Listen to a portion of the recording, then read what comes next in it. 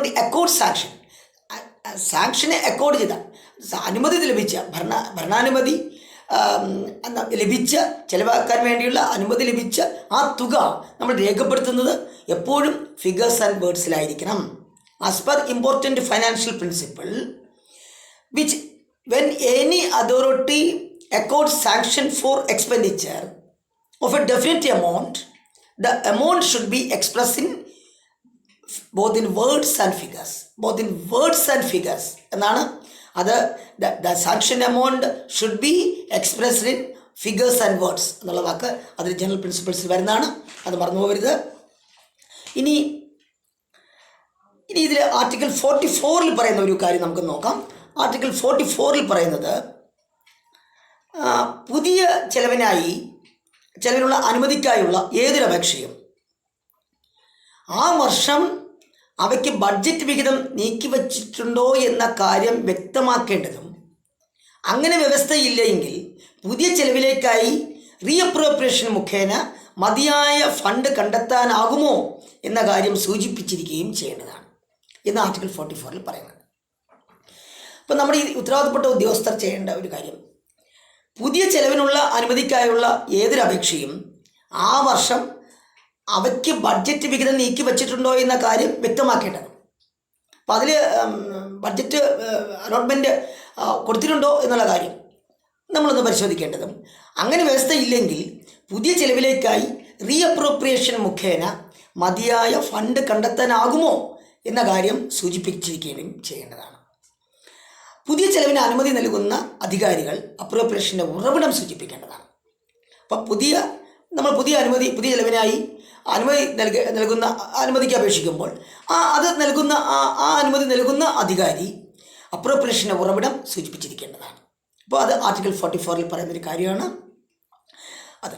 ഇനി അടുത്ത ആർട്ടിക്കിൾ 45 പറയുന്നൊരു കാര്യം, ഈ കമ്മ്യൂണിക്കേഷൻസ് ഓഫ് സാങ്ഷൻ, അനുമതിയുടെ കമ്മ്യൂണിക്കേഷൻസ് ഓഫ് സാങ്ഷൻ, അതിനെപ്പറ്റി എന്ത് പറയും നമുക്ക് നോക്കാം. അത് ചെലവിന് ആർട്ടിക്കിൾ 44 പറ്റിയാണ് നമ്മൾ പറയുന്നത്.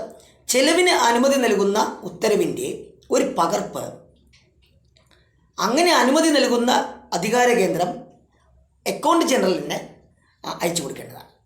അത് പ്രധാനപ്പെട്ട ആദ്യത്തെ കാര്യം. ചെലവിന് അനുമതി നൽകുന്ന ഉത്തരവിൻ്റെ ഒരു പകർപ്പ് ഈ ചെലവിന് അനുമതി നൽകുന്ന ആ അതോറിറ്റി അക്കൗണ്ട് ജനറലിന് അതിൻ്റെ ഒരു പകർപ്പ്, അതിൻ്റെ ഒരു കോപ്പി അയച്ചു കൊടുക്കേണ്ടതാണ്. പിന്നെ ഗവൺമെൻറ് മുഖേന ഫൈനാൻസ് ഡിപ്പാർട്ട്മെൻറ്റിൻ്റെ പ്രത്യേക അനുമതിയോടുകൂടി സാങ്ഷൻ ചെയ്തിട്ടുണ്ടെങ്കിൽ അനുമതി ഉത്തരവിന് 2 കോപ്പികൾ അക്കൗണ്ട് ജനറലിന് അയച്ചു കൊടുക്കേണ്ടതും, അതിൽ ഒന്ന് മഷി കൊണ്ട് ഒപ്പിട്ടിരിക്കേണ്ടതും ഒപ്പിടാത്ത മറ്റൊന്ന് ഡ്യൂപ്ലിക്കേറ്റ് നോട്ട് ഫോർ പേയ്മെൻറ്റ് എന്ന് വ്യക്തമായി രേഖപ്പെടുത്തിയിരിക്കേണ്ടതുമാണ്. ഒരു പ്രധാനപ്പെട്ട ഒരു ആർട്ടിക്കിളിലേക്ക് നമ്മൾ പോവുകയാണ്. അപ്പോൾ ആർട്ടിക്കിൾ 45 ആദ്യം പറഞ്ഞ എന്താണ്, ചെലവിന് അനുമതി നൽകുന്ന ഉത്തരവിൻ്റെ ഒരു പകർപ്പ് ആ കൺസേൺഡ് അതോറിറ്റി അക്കൗണ്ട് ജനറലിന് അയച്ചു കൊടുക്കേണ്ടതാണ്. ഓക്കെ. ഗവൺമെൻറ് മുഖേന ഫൈനാൻസ് ഡിപ്പാർട്ട്മെൻറ്റിൻ്റെ പ്രത്യേക അനുമതിയോടുകൂടി സാങ്ഷൻ ചെയ്തിട്ടുണ്ടെങ്കിൽ അനുമതി ഉത്തരവിൻ്റെ 2 കോപ്പി, 2 പകർപ്പ് അക്കൗണ്ട് ജനറലിന് അയച്ചു കൊടുക്കേണ്ടതും, അതിൽ ഒന്ന് മഷി കൊണ്ട് ഒപ്പിട്ടിരിക്കേണ്ടതും, ഒപ്പിടാത്ത മറ്റൊന്ന് ഡ്യൂപ്ലിക്കേറ്റ് നോട്ട് ഫോർ പേയ്മെൻറ്റ് എന്ന് വ്യക്തമായി രേഖപ്പെടുത്തിയിരിക്കേണ്ടതുമാണ്. ഡ്യൂപ്ലിക്കേറ്റ് പകർപ്പ് അക്കൗണ്ട് ജനറലിന് പ്രത്യേക കവറിൽ അയച്ചു കൊടുക്കേണ്ടതാണ് എന്നാണ് പറയുന്നത്. ഡ്യൂപ്ലിക്കേറ്റ് പകർപ്പ് അക്കൗണ്ട് ജനറലിന് പ്രത്യേക കവറിൽ അയച്ചു കൊടുക്കേണ്ടതാണെന്നാണ് KFC ആർട്ടിക്കിൾ 45 പറയുന്നത്. ഇനി ഓഡിറ്റിനായിട്ട് അയച്ചിരിക്കുന്ന സാമ്പത്തിക അനുമതികൾ നിർബന്ധമായും സാങ്ഷൻ അതോറിറ്റി മഷി കൊണ്ട് ഒപ്പിടേണ്ടതാണ്, മഷി കൊണ്ട് തന്നെ ഒപ്പിടേണ്ടതാണ് എന്നാണ് പ്രത്യേകം പറഞ്ഞിരിക്കുന്നത്. അപ്പോൾ ഓഡിറ്റിനായി അയച്ചിരിക്കുന്ന സാമ്പത്തിക അനുമതികൾ നിർബന്ധമായും സാങ്ഷൻ അതോറിറ്റി മഷി കൊണ്ട് സൈൻ ചെയ്യേണ്ടതാണ് എന്നാണ് പറഞ്ഞിരിക്കുന്നത്. ഇനി NGOസിന് നോൺ ഗസറ്റഡ് ഓഫീസർമാരുടെ അഡ്വാൻസുകൾ നൽകുന്നത് സംബന്ധിച്ച അനുമതികളോ ഉത്തരവുകളുടെയോ പകർപ്പുകൾ, അതായത് പ്രധാനമായിട്ട് അതിൽ എന്തൊക്കെയാണ് വരുന്നത്, ഹൗസ് ബിൽഡിംഗ് അഡ്വാൻസ് വരാം, മോട്ടോർ കാർ അങ്ങനെയുള്ളത് വരാം. ഈ house building advance, motor car, ഈ മോട്ടോർ സൈക്കിൾ, ഇതിനെ സംബന്ധിച്ചുള്ള അഡ്വാൻസുകളെ സംബന്ധിച്ച് അത് ഒഴികെയാണ്, അത് എക്സെപ്റ്റ് ചെയ്തിട്ടുണ്ട്. അത് എക്സ്ക്ലൂഡ് ചെയ്തുകൊണ്ടുള്ള കാര്യമാണ് പറയുന്നത്. ഇപ്പം നോൺ ഗസറ്റഡ് ഓഫീസർമാരുടെ അഡ്വാൻസുകൾ നൽകുന്ന സംബന്ധിച്ച് അനുമതികളുടെ ഉത്തരവുകൾ, പകർപ്പുകൾ, അതിൽ ഈ ഹൗസ് ബിൽഡിങ് അഡ്വാൻസ്, ഈ മോട്ടോർ കാർ, മോട്ടോർ സൈക്കിൾ അത് സംബന്ധിച്ചുള്ള അഡ്വാൻസുകൾ അങ്ങനെയുള്ളതൊക്കെ ഒഴിവാക്കിയിട്ടുണ്ട്. അക്കൗണ്ട് ജനറലിന് അയച്ചു കൊടുക്കേണ്ട ആവശ്യമില്ല. അപ്പോൾ നോൺ ഗസറ്റഡ് ഉദ്യോഗസ്ഥന്മാരുടെ, ഓഫീസർമാരുടെ അഡ്വാൻസുകൾ നൽകുന്നത് സംബന്ധിച്ച് അനുമതികളോ ഉത്തരവുകളോ ഉള്ള പകർപ്പുകൾ അക്കൗണ്ട് ജനറലിന് അയച്ചു കൊടുക്കേണ്ട ആവശ്യമില്ല. Except house building advance, motor car, motor cycle etcetera. ഇനി അവിടെ അത് സംബന്ധിച്ചാൽ 1-2 ചോദ്യങ്ങൾ നമുക്ക് നോക്കാം. The authority which accord sanction of expenditure should furnish a copy of every sanction order to dash. അപ്പോൾ the authority which accords sanction of expenditure, ചെലവിനുള്ള അനുമതി നൽകുന്ന authority, അദ്ദേഹം ആ അനുമതി പത്രത്തിൻ്റെ കോപ്പി, പകർപ്പ് ആർക്ക് അയച്ചു കൊടുക്കണം? നിർബന്ധമായിട്ടും നമുക്കറിയാം അക്കൗണ്ടന്റ് ജനറലിന് അയച്ചു കൊടുക്കണം. അപ്പോൾ the authority which account sanction of expenditure should furnish a copy to the accountant general, AGക്ക് അയച്ചു കൊടുക്കേണ്ടതാണ്. അടുത്തൊരു ചോദ്യം, what is the most important thing to be observed while communicating financial sanctions orders to audit? അതായത് നമ്മൾ ഈ financial സാങ്ഷനുമായി ബന്ധപ്പെട്ട് ഉള്ള കാര്യങ്ങൾ നടപ്പിൽ വരുത്തുമ്പോൾ നമ്മൾ വളരെ ശ്രദ്ധിക്കേണ്ട ഒരു കാര്യം എന്താണ്? What is the most important thing to be observed while communicating financial sanctions or orders to audit, അങ്ങനെയുള്ള സന്ദർഭങ്ങൾ. അപ്പോൾ ഈ ഫൈനാൻഷ്യൽ സാങ്ഷൻസ് അല്ലെങ്കിൽ ഓഡിറ്റുമായി ബന്ധപ്പെട്ട കമ്മ്യൂണിക്കേഷൻസ് നമ്മൾ നടത്തുമ്പോൾ വളരെയധികം ശ്രദ്ധിക്കേണ്ട, അല്ലെങ്കിൽ നമ്മൾ വളരെയധികം നിരീക്ഷിക്കേണ്ട ഒരു വസ്തുത എന്താണ് എന്നാണ് ചോദിച്ചിരിക്കുന്നത്. അത് വസ്തുത നമ്മൾ നേരത്തെ പറഞ്ഞ കാര്യം, it should be signed in ink by the sanctioning authority or officers authorised for the purpose. ഇതിനെ നിശ്ചയിക്കപ്പെട്ട കൺസേൺഡ് ഉദ്യോഗസ്ഥന്മാർ തീർച്ചയായിട്ടും ഇങ്ങനെയുള്ള കമ്മ്യൂണിക്കേഷനിൽ തീർച്ചയായിട്ടും തന്നെ ഇങ്ക് കൊണ്ട്, മഷി കൊണ്ട് അവർ സൈൻ ചെയ്യേണ്ടതാണ് എന്ന് വ്യക്തമായി പറയുന്നു. അതൊരു പ്രധാനപ്പെട്ട ഒരു വസ്തുതയാണ്. ഇനി who is the officer authorised to communicate to the accountant general copies of orders sanctioning expenditure? ഇപ്പം നമ്മൾ നേരത്തെ പറഞ്ഞു, എക്സ്പെൻഡിച്ചർ സാങ്ഷനുമായി ബന്ധപ്പെട്ട പകർപ്പുകൾ അക്കൗണ്ട് ജനറലിന് അയച്ചു കൊടുക്കാൻ ബാധ്യസ്ഥനായ ഉദ്യോഗസ്ഥനാരാണ്? Who is the officer authorised to communicate to the account general? ഇങ്ങനെയുള്ള ചിലവുകളെ സംബന്ധിച്ചുള്ള കാര്യങ്ങളൊക്കെ അക്കൗണ്ട് ജനറലിന് കമ്മ്യൂണിക്കേറ്റ് ചെയ്യാൻ ബാധ്യസ്ഥനായ ഉദ്യോഗസ്ഥൻ ആരാണ്? അത് ഒറ്റ കാര്യമുള്ളൊരു ഉത്തരം, the authority which account sanction അനുമതി നൽകുന്ന ഉദ്യോഗസ്ഥൻ ആരാണോ അദ്ദേഹമാണ് ഈ പകർപ്പുകൾ AGക്ക് അയച്ചു കൊടുക്കേണ്ടത്. The authority which accounts sanction, അനുമതി നൽകുന്ന ഉദ്യോഗസ്ഥൻ ആരാണോ ആ ഉദ്യോഗസ്ഥനാണ് ഈ പറയുന്ന കമ്മ്യൂണിക്കേഷൻ AGക്ക് നൽകേണ്ടത്, പകർപ്പുകൾ അയച്ചു കൊടുക്കേണ്ടത്. ഓക്കെ, ഇനി ആർട്ടിക്കിൾ 46 നമുക്ക് നോക്കാം. ഒരു ഗവൺമെൻറ് ജീവനക്കാരന് ശമ്പളത്തിന് പുറമെ അധിക തുക നൽകുന്നതിനുള്ള അനുമതി, അല്ല അതിനെ സംബന്ധിച്ചുള്ള ഉത്തരവ്, അനുമതി ഉത്തരവ് നിൽക്കട്ടെ, ആ സാങ്ഷൻ ഓർഡറിൽ അതിനുള്ള കാരണങ്ങൾ കാണിച്ചിരിക്കേണ്ടതാണ്. ഇപ്പോൾ ഒരു ഗവൺമെൻറ് ജീവനക്കാരന് ശമ്പളത്തിന് പുറമേ അധിക തുക നൽകുന്നതിനുള്ള അനുമതി ഉത്തരവിൽ അതിനുള്ള കാരണങ്ങൾ കാണിച്ചിരിക്കണം. എങ്കിൽ മാത്രമേ അക്കൗണ്ട് ജനറൽ അത് സ്പെഷ്യൽ പേ ആണോ കോമ്പൻസേറ്ററി അലവൻസ് ആണോ എന്ന് വെരിഫൈ ചെയ്ത് കൃത്യത വരുത്താൻ സാധിക്കും. അപ്പോൾ ഇങ്ങനെയുള്ള കാര്യങ്ങൾ നമ്മൾ അക്കൗണ്ട് ജനറലിന് സമർപ്പിക്കുമ്പോൾ എന്താണ്, ഒരു ഗവൺമെൻറ് ജീവനക്കാരന് ശമ്പളത്തിന് പുറമെ അധിക തുക നൽകുന്നതിനുള്ള ഒരു അനുമതി ഉത്തരവ്, ആ അനുമതി ഉത്തരവിൽ അത് എന്തുകൊണ്ടാണ് അദ്ദേഹത്തിന് അങ്ങനെ അധിക തുക അനുവദിക്കേണ്ടി വരുന്നത് എന്നുള്ളതിന് കാരണം കാണിച്ചിരിക്കണം, കാരണം സ്പെസിഫൈ ചെയ്ത് കാണിച്ചിരിക്കണം. എങ്കിൽ മാത്രമേ അക്കൗണ്ട് ജനറലിന് അത് സ്പെഷ്യൽ പേ ആണോ കോമ്പൻസേറ്ററി അലവൻസ് ആണോ എന്ന് വിച്ഛേദിച്ച് മനസ്സിലാക്കിക്കൊണ്ട് അതിലൊരു കൃത്യത വരുത്താൻ കഴിയുള്ളൂ. അപ്പോൾ ആർട്ടിക്കിൾ 46 അത് വ്യക്തമായി പറയുന്നു. ഇനി ആർട്ടിക്കിൾ 47 പറയുന്നൊരു കാര്യം,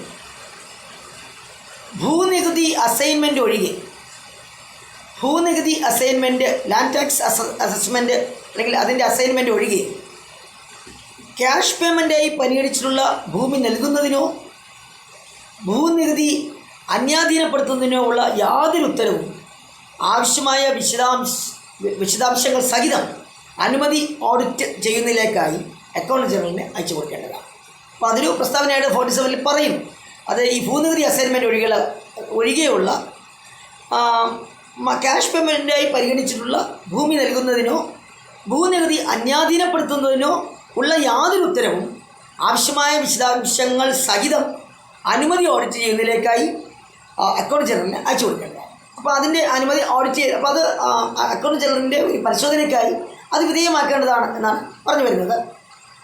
അടുത്തൊരു ചോദ്യം എന്ന് പറയുന്നത്, ഒരു ഗസറ്റഡ് ജീവനക്കാരൻ്റെ നിയമനം, അവധി, വ്യക്തിഗത വേതനങ്ങൾ, പേഴ്സണൽ പേ എന്നിവയെ ബാധിക്കുന്ന ഉത്തരവ് അത് പാസ്സാക്കുന്ന ഒരു അധികാരി അതിൻ്റെ ഒരു പകർപ്പ് അക്കൗണ്ട് ജനറലിന് അയച്ചു കൊടുക്കേണ്ടതാണ്. ഇത് നമ്മൾ ഓഫീസിൽ സാധാരണ നടത്തുന്ന കാര്യങ്ങളാണ്. ഒരു ഗസറ്റഡ് ജീവനക്കാരൻ്റെ നിയമനം, അദ്ദേഹത്തിൻ്റെ അവധി, അദ്ദേഹത്തിൻ്റെ വ്യക്തിഗത വേതനങ്ങൾ എന്നിവയെ സംബന്ധിച്ചുള്ള ഉത്തരവ് അത് പാസ്സാക്കുന്ന അധികാരി അതിൻ്റെ പകർപ്പ് അക്കൗണ്ട് ജനറലിന് അയച്ചു കൊടുക്കേണ്ടതാണ്.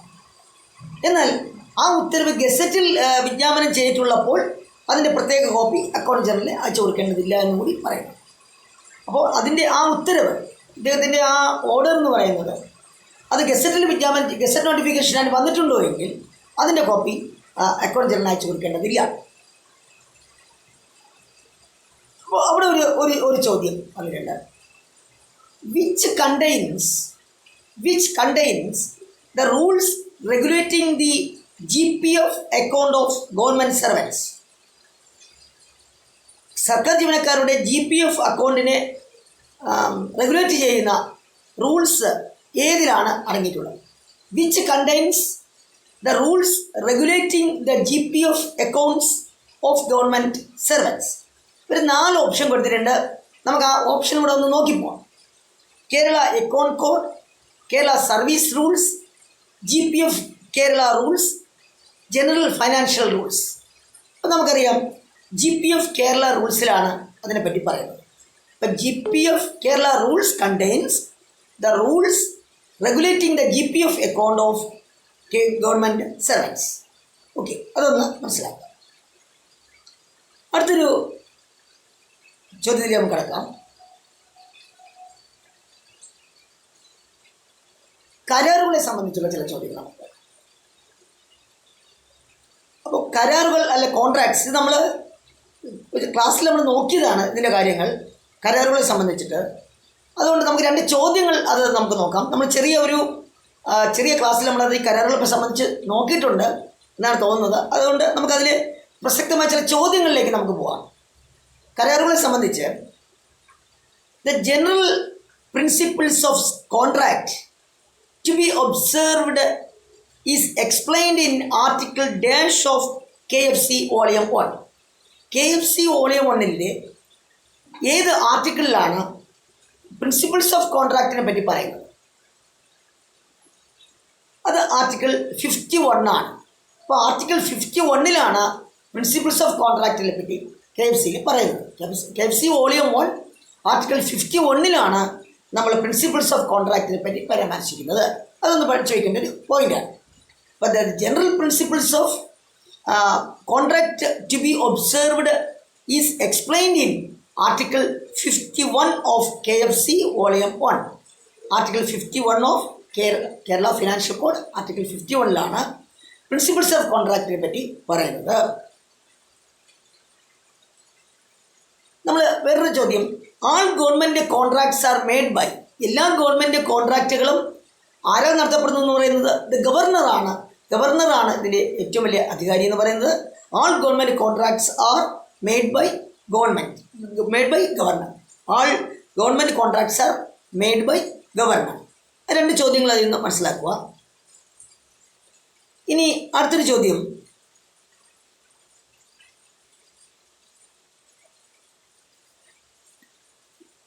ഈ ഇപ്പോൾ നമുക്ക് അരിയർ ക്ലെയിംസ് എന്ന് പറയുന്നത് അത് നമ്മൾ നോക്കിയെന്ന് തോന്നുന്നു. അരിയർ ക്ലെയിംസിനെ പറ്റിയുള്ള ചോദ്യം, ക്ലെയിമുകളുടെ കുടിശ്ശിക. ഈ അരിയർ ക്ലെയിംസ് എന്ന് പറയുന്ന ആർട്ടിക്കിൾ 52-ൽ പറയുന്ന ചില കാര്യങ്ങളുണ്ട്.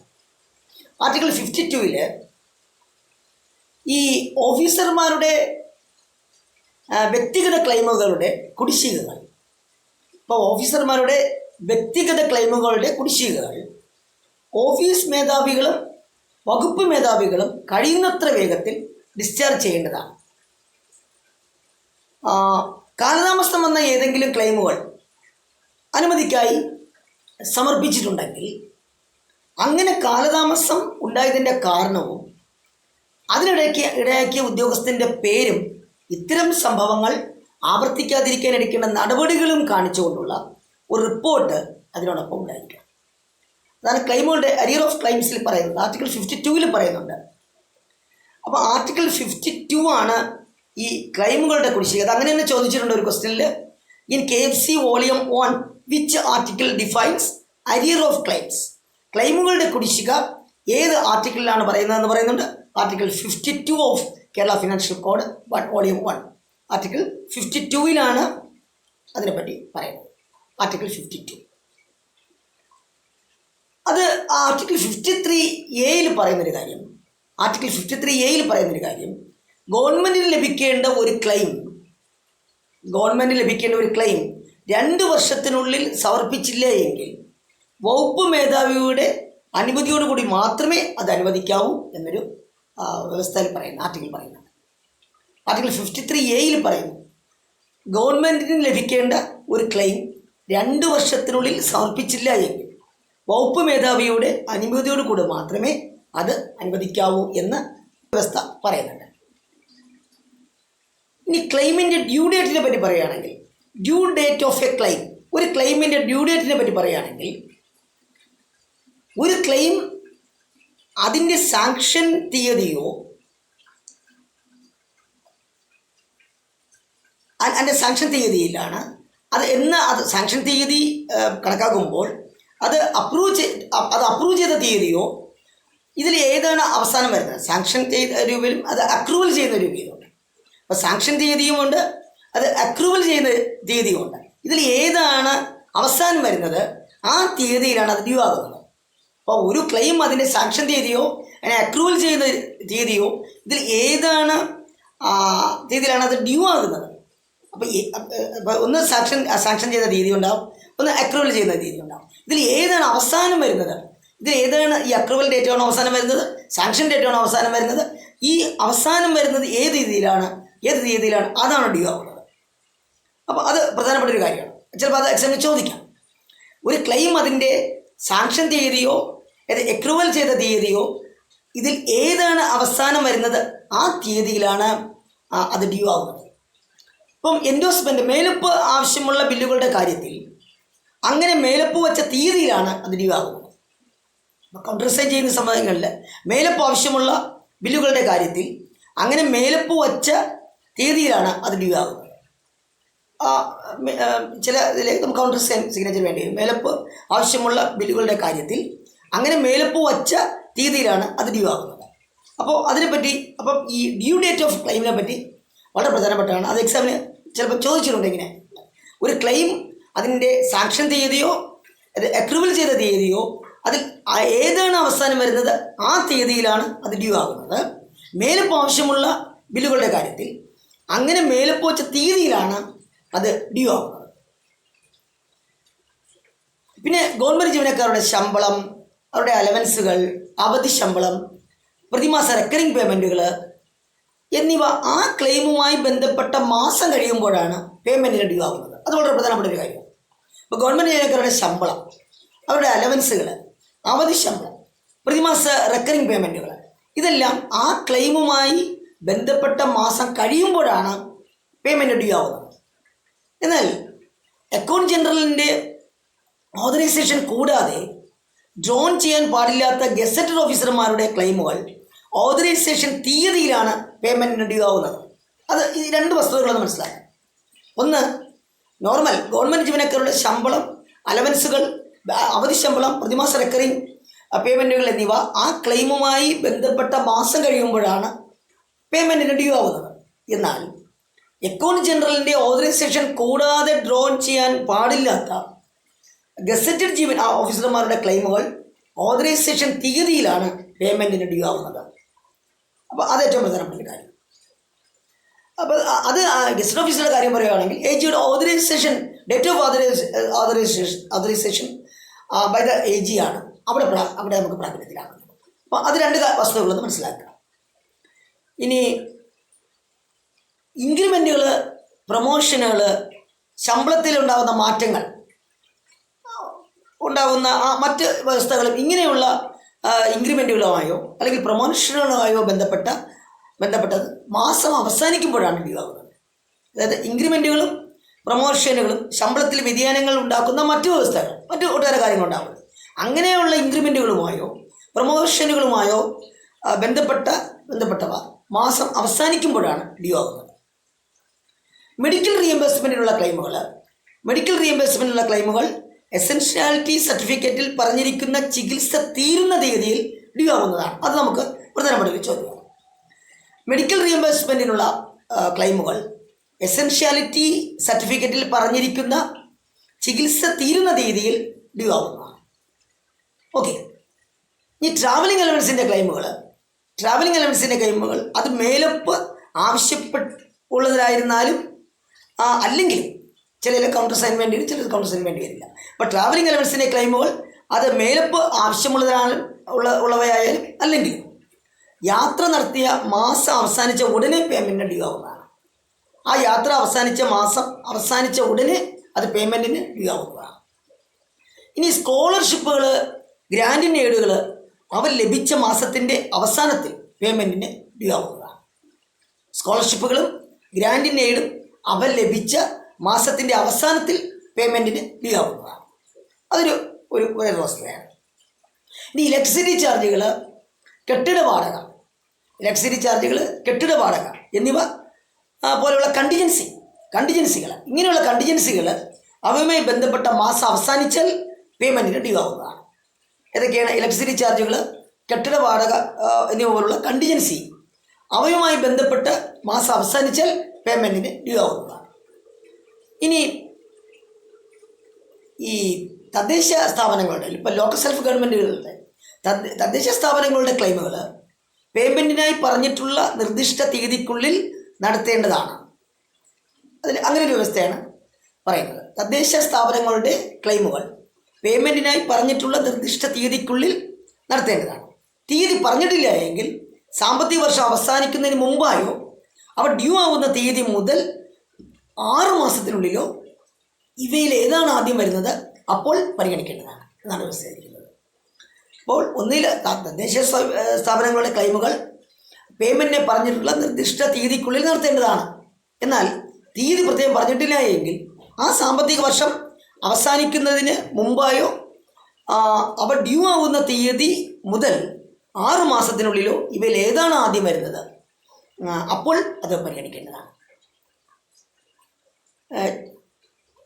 ഈ ടി എ ക്ലെയിമുകൾ ഡ്യൂ ഡേറ്റായി 1 മാസത്തിനുള്ളിൽ നടത്തേണ്ടതാണ് എന്നൊരു വ്യവസ്ഥ പറഞ്ഞിട്ടുണ്ട്. ടി എ ക്ലെയിമുകൾ ഡ്യൂ ഡേറ്റായി 1 മാസത്തിനുള്ളിൽ നടത്തേണ്ടതാണ്. ഇതിനെ സംബന്ധിച്ച് ചില ചോദ്യങ്ങൾ ഇവിടെ നമുക്ക് നോക്കാം. A head of department accords sanction for a belated claim of 2 years old. Is it correct? A head of department accords sanction for a belated claim of 2 years old. 2 വർഷം താമസിച്ച ഒരു ക്ലെയിം അദ്ദേഹം സാങ്ഷനാക്കി. ഒരു ഹെഡ് ഓഫ് ഡിപ്പാർട്ട്മെൻറ്റ് സാങ്ഷനാക്കി. A head of department accords sanction for a belated claim of 2 years old. Is it correct? അത് ശരിയാണോ എന്നാണ് ചോദിച്ചിരിക്കുന്നത്. Yes, he is empowered. അതിന് അദ്ദേഹം അദ്ദേഹത്തിനെ അധികാരപ്പെടുത്തിയിരിക്കുന്നു എന്ന് പറയുന്നുണ്ട്. Yes, he is empowered to do so. അതിനുവേണ്ടി അദ്ദേഹത്തെ എംപവർ ചെയ്തിട്ടുണ്ട്, അങ്ങനെ ചെയ്യാം എന്നാണ് പറഞ്ഞിരിക്കുന്നത്. അടുത്തൊരു ചോദ്യം,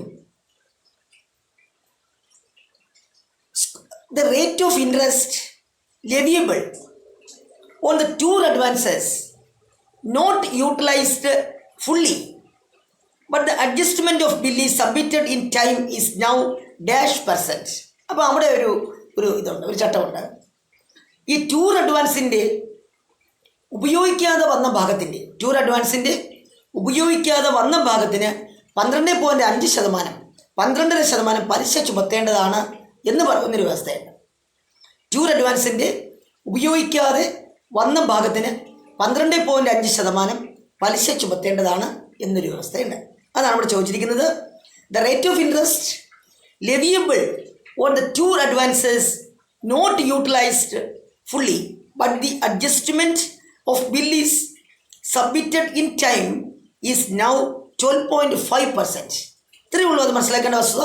ടൂർ അഡ്വാൻസിൻ്റെ ഉപയോഗിക്കാതെ വന്ന ഭാഗത്തിന് 12.5% പലിശ ചുമത്തേണ്ടതാണ്. ഇനി അടുത്തൊരു ചോദ്യം. Scholarship and grant in aid become due for payment on the last day of the dash in which they are earned. Scholarship and grant in aid become due for payment on the last day of the dash in which they are earned. ഒരു 4 option കൊടുത്തിട്ടുണ്ട്. Month, calendar year, financial year, succeeding month. അപ്പോൾ ഇവിടുത്തെ ഉത്തരമെന്ന് പറയുന്നത് മന്താണ്. Scholarship and grant in aid become due for payment on the last day of the month in which they are earned. അതായത് സ്കോളർഷിപ്പുകളും grand in എയ്ഡുകളും അവ ലഭിച്ച മാസത്തിൻ്റെ അവസാനത്തിൽ പേയ്മെൻറ്റിന് ഡ്യൂ ആവുന്നതാണ്. അത് എക്സാമിന് ചോദിച്ചുള്ള ചോദ്യമാണ്. സ്കോളർഷിപ്പുകളും ഗ്രാൻഡ് ഇൻ എയ്ഡുകളും അവ ലഭിച്ച മാസത്തിൻ്റെ അവസാനത്തിൽ പേയ്മെൻറ്റിന് ഡ്യൂ ആവുന്നതാണ്. അടുത്തൊരു ചോദ്യം. Claim for travelling allowance become due for payment dash. Claim for travelling allowance become due for payment dash after the close of the month. അത് പ്രധാനപ്പെട്ട ഒരു ചോദ്യമാണ്. എന്താണ് claim for travelling allowance become due for payment after the close of the month. അതായത് T A ക്ലെയിമുകൾ due ഡേറ്റായി 1 മാസത്തിനുള്ളിൽ നടത്തേണ്ടതാണ് എന്നാണ് പറഞ്ഞിരിക്കുന്നത്. ടി എ ക്ലെയിമുകൾ ഡ്യൂ ഡേറ്റായി 1 മാസത്തിനുള്ളിൽ നടത്തേണ്ടതാണ്. T A claim for travelling allowance become due for payment after the close of the month. Claim of medical reimbursement become due on the date of dash. Claim of medical reimbursement become due on the date of dash. Date of completion of treatment as shown in the essentiality certificate. Date of completion of treatment as shown in the essentiality certificate. അതായത് medical റീഇംബേഴ്സ്മെൻറ്റിനുള്ള ക്ലെയിമുകൾ essentiality സർട്ടിഫിക്കറ്റിൽ പറഞ്ഞിരിക്കുന്ന ചികിത്സ തീരുന്ന രീതിയിൽ due ആവുന്നതാണ് എന്നാണ്. Medical റീഇംബേഴ്സ്മെൻറ്റിലെ ക്ലെയിമുകൾ essentiality സർട്ടിഫിക്കറ്റിൽ പറഞ്ഞിരിക്കുന്ന ചികിത്സ തീരുന്ന രീതിയിൽ ഡ്യൂ ആവുന്നതാണ്. അപ്പോൾ ചോദ്യം, claim of medical reimbursement become due on the date of completion of treatment as shown in the essentiality certificate. അത് പ്രധാനപ്പെട്ട ഒരു കാര്യമാണ്. ഇനി claims of T A of a government servant for month of June 2012 become due for payment on dash. ഒരു ചെറിയൊരു കാൽക്കുലേഷനാണ് അവർ ചോദിച്ചിരിക്കുകയാണ് ഈ ചോദ്യം. Claims of TA of a government servant for the month of June 2012. June 2012 മാസത്തിലേക്കുള്ള ഒരു T A claim become due for payment on. അതെന്ന് പേയ്മെൻറ്റിന് due ആവും എന്ന് ചോദിച്ചാൽ 1/7/2012 തന്നെ. അടുത്ത മാസം 1/7/2012 അത് ഡ്യൂ ആവും. അപ്പം നമ്മൾ നേരത്തെ പറഞ്ഞു ടി എ ക്ലെയിമുകൾ ഡ്യൂ ഡേറ്റായി 1 മാസത്തിനുള്ളിൽ നടത്തേണ്ടതാണ് എന്ന് നമ്മൾ പറഞ്ഞിട്ടുണ്ട്. അപ്പോൾ claims of T A of a government servant for the month of June 2012 become due for payment on 1/7/2012. അപ്പോൾ ഇതൊരു ചെറിയൊരു ചോദ്യമായിട്ട് അവരങ്ങനെ ചോദിച്ചിട്ടുണ്ട്. ഇനി ആർട്ടിക്കിൾ 54 നമുക്ക് നോക്കാം. ആർട്ടിക്കിൾ 54 പേ റിവിഷൻ്റെയോ പ്രൊമോഷൻ്റെയോ പേ റിവിഷൻ്റെയോ പ്രൊമോഷൻ്റെയോ അടിസ്ഥാനത്തിലോ അല്ലെങ്കിൽ മറ്റു വിധത്തിലോ റീഫിക്സേഷൻ ശമ്പള പുനർനിർണ്ണയം ചെയ്തിട്ടുള്ള സംഗതികളിൽ അക്കൗണ്ട് ജനറലിന് വെരിഫിക്കേഷൻ നടത്തുന്നതിലേക്കായി ഒരു പേ ഫിക്സേഷൻ സ്റ്റേറ്റ്മെൻറ്റ് നമ്മൾ അയച്ചു കൊടുക്കണം. പേ ഫിക്സേഷൻ സ്റ്റേറ്റ്മെൻറ്റ് AGക്ക് അയച്ചു കൊടുക്കേണ്ടതാണ്. ഈ പേ റിവിഷൻ്റെയോ പ്രൊമോഷൻ്റെയോ അടിസ്ഥാനത്തിലോ അല്ലെങ്കിൽ മറ്റു വിധത്തിലോ ഒരു ജീവനക്കാരൻ്റെ ശമ്പളം പുനർനിർണ്ണയം ചെയ്തിട്ടുള്ള സംഗതികളിൽ അക്കൗണ്ട് ജനറലിന് അതിൻ്റെ വെരിഫിക്കേഷൻ നടത്തുന്നതിലേക്കായി ഈ ഒരു പേ ഫിക്സേഷൻ സ്റ്റേറ്റ്മെൻറ്റ് അയച്ചു കൊടുക്കേണ്ടതാണെന്ന് ആർട്ടിക്കിൾ 54 പറയുന്നുണ്ട്. അങ്ങനെ ഇനി article 55 of Kerala financial code നോക്കാം. ആർട്ടിക്കിൾ 55 കൂടെ നമുക്കിത് നോക്കാം.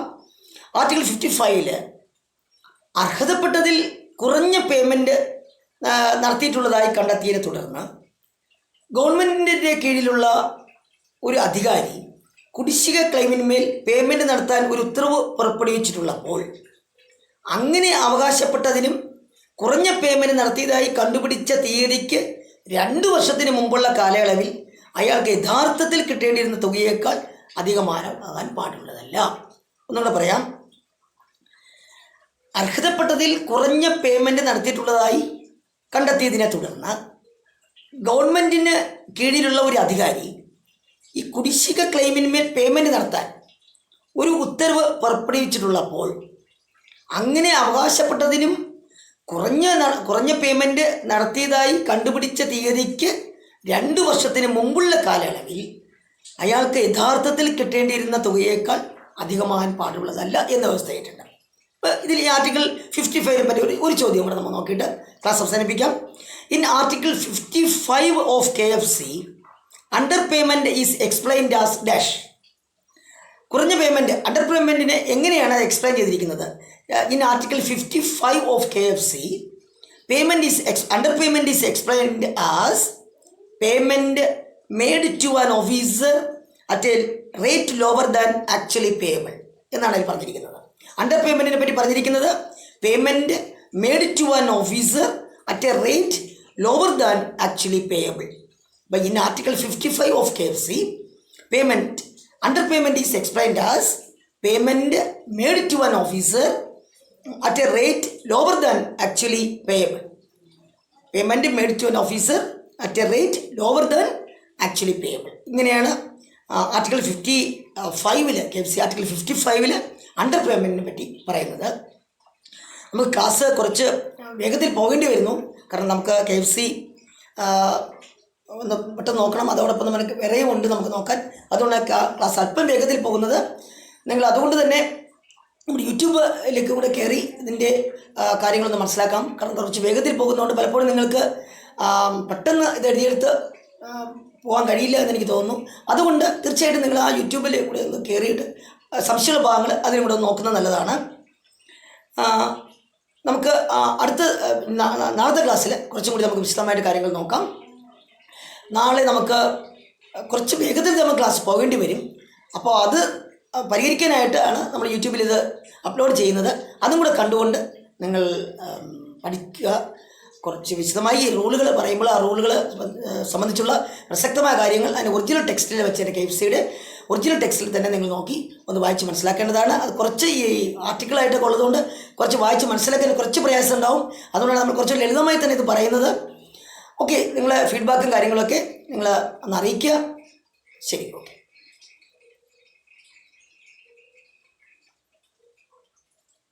Thank you. Thank you. Thank you. Thank you sir. Thank you. Thank you sir. Thank you Praveen. Thank you sir. Thank you Manjusha. Thank you Minitha. Thank you Rani. Thank you, sir. Thank you, Rani. Thank you.